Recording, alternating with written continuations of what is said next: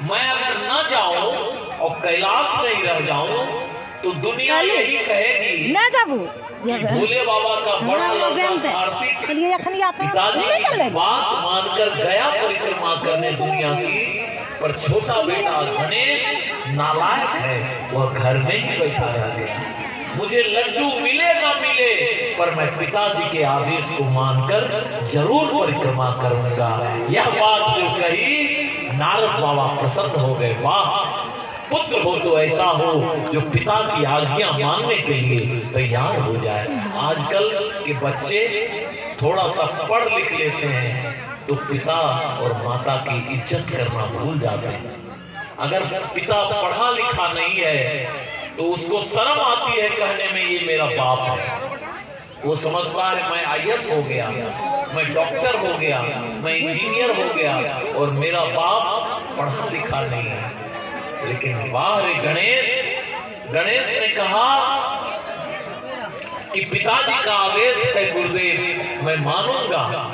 और नारद बाबा ने कान फूंक दिया। अब गणेश जी नीचे उतरने के बजाय ऊपर ही कैलाश पर चढ़ गए और कैलाश के शिखर पर भोले बाबा और पार्वती दोनों बैठकर सीताराम का कीर्तन कर रहे और आंख मूंद कर ध्यानस्थ होकर सीताराम सीताराम कीर्तन कर रहे थे। नारद बाबा ने कहा, हे गणेश जी, आगे में राम नाम लिखिए। लिखा राम और कहा 3 बार राम नाम के साथ अपने माता पिता की परिक्रमा करिए। 3 बार परिक्रमा कर ली और कहा, अब पिताजी से कहिए, हे पिताजी, मेरी विश्व की परिक्रमा हो गई। गणेश जी ने कहा, पिताजी, पर भोले बाबा तो सीताराम के कीर्तन में मस्त थे तो थोड़ा जोर से कहा, पिताजी। तो बाबा का ध्यान टूटा।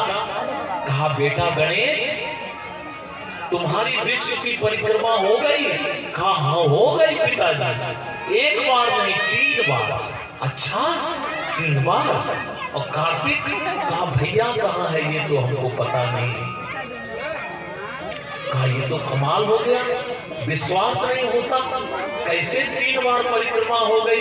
कहा, बगल में गुरुदेव नारद जी खड़े हैं और ये त्रिकालज्ञ ऋषि हैं, ये झूठ नहीं बोलते हैं, आप इनसे पूछ लीजिए।